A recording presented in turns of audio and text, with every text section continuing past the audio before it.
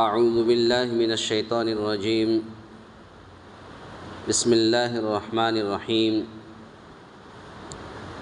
حتی اذا استیأس الرسل وظنوا انہم قد کذبوا جاءہم نصرنا فنجی من نشاء ولا يرد بأسنا عن القوم المجرمین لقد كان في قصصهم عبرة لأولي الألباب ما كان حديثا يفترى ولكن تصديق الذي بين يديه وتفصيل كل شيء وهدى ورحمة لقوم يؤمنون۔ اللہ رب العالمین نے فرمایا حتیٰ اذا استیأس الرسل، یہاں تک کہ جب رسول نا امید ہونے لگے اور وہ قوم کے لوگ خیال کرنے لگے کہ انہیں جھوٹ کہا گیا، فوراً ہی ہماری مدد ان کے پاس آ پہنچی، جسے ہم نے چاہا اسے نجات دی گئی۔ بات یہ ہے کہ ہمارا عذاب گناہ گاروں سے واپس نہیں کیا جاتا ہے۔ لقد کان فی قصصہم عبرۃ لأولی الالباب، ان کے بیان میں عقل والوں کے لیے یقیناً نصیحت اور عبرت ہے۔ یہ قرآن جھوٹ بنائی ہوئی بات نہیں ہے، بلکہ یہ تصدیق ہے ان کتابوں کی جو اس سے پہلے کی ہیں، کھول کھول کر بیان کرنے والا ہے ہر چیز کو، اور ہدایت اور رحمت ہے ایماندار لوگوں کے لیے۔ یہ سورہ یوسف کی آیت نمبر 110 اور 111، یعنی آج آخری 2 آیتیں ہیں، یعنی سورہ یوسف آج مکمل ہے۔ انشاءاللہ سنیچر سے سورہ رعد شروع کیا جائے گا۔ اس 2 آیت کے اندر اللہ رب العالمین نے ہمیں اور آپ کو پیغام کیا دیا ہے۔ پیغام یہ دیا ہے، پہلی آیت کے اندر یہ پیغام دیا ہے کہ تمام انبیاء اور رسل کو مشکل اوقات میں اللہ رب العالمین کی نصرت سے نوازتا ہے۔ کیا مطلب؟ مطلب یہ ہے کہ تمام انبیاء اور رسل جتنے بھی لوگ آئے اور دعوت توحید کو عام کیا، لیکن اس کے پاس جیسی ہی مشکل گھڑی آ گئی، اس وقت اللہ کی مدد آ گئی، اللہ نے ان کو بچا لیا۔ ایسے نبیوں کو، رسولوں کو اللہ رب العالمین نے بچا لیا، اور جن لوگوں نے انکار کیا اور اللہ کی اور قرآن و حدیث کی باتوں کو ٹھکرایا، اللہ نے ان کو ہلاک و برباد کر دیا۔ اسی کا ذکر ہے کہ یہ مایوسی اپنے قوم کے ایمان لانے سے ہوئی۔ یہ جتنے بھی نبی اور رسول آئے، ان کو اگر مایوسی ہوئی تو قوم کی وجہ سے ہوئی، یعنی اتنے دن دعوت و تبلیغ کرنے کے باوجود بھی ان کو سمجھ میں نہیں آئی، یہ اپنی ہی بات پر اڑے ہیں اور اپنی ہی بات پر ہٹ درمی کرنے لگے ہیں، تو نبی علیہ السلام کو کچھ دیر کے لیے مایوسی ہوئی، تو جیسی ہی مایوسی ہوئی اللہ کی مدد آ پہنچی ہے۔ تو قرات کے اعتبار سے اس آیت کی کئی مفہوم بیان کیے گئے ہیں، لیکن سب سے مناسب مفہوم یہ ہے کہ ظنوا کا فاعل قوم یعنی کفار کو قرار دیا جائے۔ قرآن میں قرات بھی کئی طرح کا قرات کیا جاتا ہے۔ ایک ہے امام حفص رحمۃ اللہ علیہ کی قرات، ایک ہے امام عاصم رحمۃ اللہ علیہ کی قرات، ایک ہے سبا قاری، ایک ہے عشرہ قاری، یعنی قرآن کو 10 طریقے سے پڑھا جائے گا، قرآن کو 7 طریقے سے پڑھا جائے گا، اور سب صحیح ہے، کوئی غلط نہیں ہے۔ تو گویا کہ اللہ کے نبی صلی اللہ علیہ وسلم کے دور میں 2 صحابہ اکرام آپس میں لڑنے لگے۔ کس بات سے؟ ایک صحابہ نے جب نماز پڑھائی تو الگ قرات کیا، ایک صحابہ نے جب نماز پڑھائی تو الگ قرات کیا۔ اب دونوں صحابی آپس میں لڑنے لگے، کہا کہ تم غلط کیا، اس نے کہا کہ تم نے غلط کیا۔ دونوں گئے اللہ کے رسول صلی اللہ علیہ وسلم کے پاس، اور اللہ کے نبی صلی اللہ علیہ وسلم نے فرمایا کہ دونوں کی تلاوت، دونوں کی قرات صحیح ہے۔ تو قرات کے اعتبار سے اس آیت کے کئی مفہوم بیان کیے گئے ہیں، لیکن سب سے مناسب مفہوم یہ ہے کہ ظنوا کا فاعل قوم یعنی کفار کو قرار دیا جائے، یعنی کفار عذاب کی دھمکی پر پہلے تو ڈرے، لیکن جب زیادہ تاخیر ہوئی تو خیال کیا کہ عذاب تو آتا نہیں ہے، یعنی یہ صرف ڈرایا دھمکایا جاتا ہے، عذاب نہیں آئے گا، لیکن اللہ تعالیٰ کے پاس دیر ہے، اندھیر نہیں ہے۔ جیسا کہ پیغمبر کی طرف سے دعویٰ ہو رہا ہے اور نہ آتا نظر ہی آتا ہے، معلوم ہوتا ہے کہ نبیوں سے بھی یوں ہی جھوٹ وعدہ کیا گیا ہے۔ مطلب نبی کریم صلی اللہ علیہ وسلم کو تسلی دینا ہے کہ آپ کی قوم پر عذاب میں جو تاخیر ہو رہی ہے اس سے گھبرانے کی آپ کو ضرورت نہیں ہے۔ اللہ رب العالمین نبیوں کو مخاطب ہو کے کہہ رہا ہے کہ اللہ کا عذاب جو آنے میں دیر ہے تو آپ کو گھبرانے کی ضرورت نہیں ہے، ٹھیک کیسے ہلاک کرنا ہم دیکھ لیں گے۔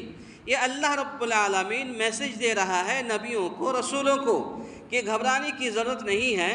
پچھلی قوموں پر بھی عذاب میں بڑی بڑی تاخیر رکھی گئی ہے، اور اللہ کی مشیت و حکمت کے مطابق انہیں خوب خوب مہلت دی گئی، حتیٰ کہ رسول اپنے قوم کے ایمان سے مایوس ہو گئے اور لوگ یہ خیال کرنے لگے کہ شاید انہیں عذاب کا یوں ہی جھوٹ موٹ کہہ دیا گیا، اب عذاب نہیں آئے گا۔ تو اللہ رب العالمین جو یعنی نبی کے دعا کرنے کے بعد جو عذاب میں تاخیر کرتے تھے، جانتے ہیں کیوں کرتے تھے؟ اس لیے کرتے تھے اللہ رب العالمین ایک انسان کو مہلت دیتا ہے، ایک انسان کو مہلت دیتا ہے اور اس کے بعد پھر دیکھتا ہے کہ یہ میری طرف پھیر کر کے آتا ہے یا نہیں آتا۔ جب نہیں آتا ہے تو پھر جب اللہ رب العالمین پکڑتا ہے تو پھر چھوڑتا نہیں ہے۔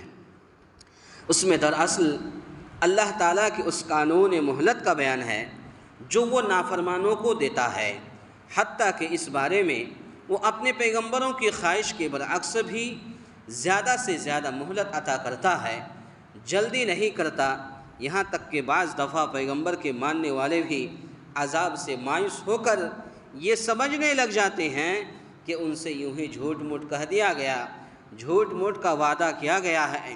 یاد رہے کہ محض ایسے وسوسے کا پیدا ہو جانا ایمان کی منافی نہیں ہے۔ تو اللہ کے یہاں اگرچہ دیر ہے لیکن ایسے لوگوں پر، ایسے قوموں پر عذاب آ کر کے رہے گی۔ یہ نجات پانے والے اہل ایمان ہی ہوتے ہیں۔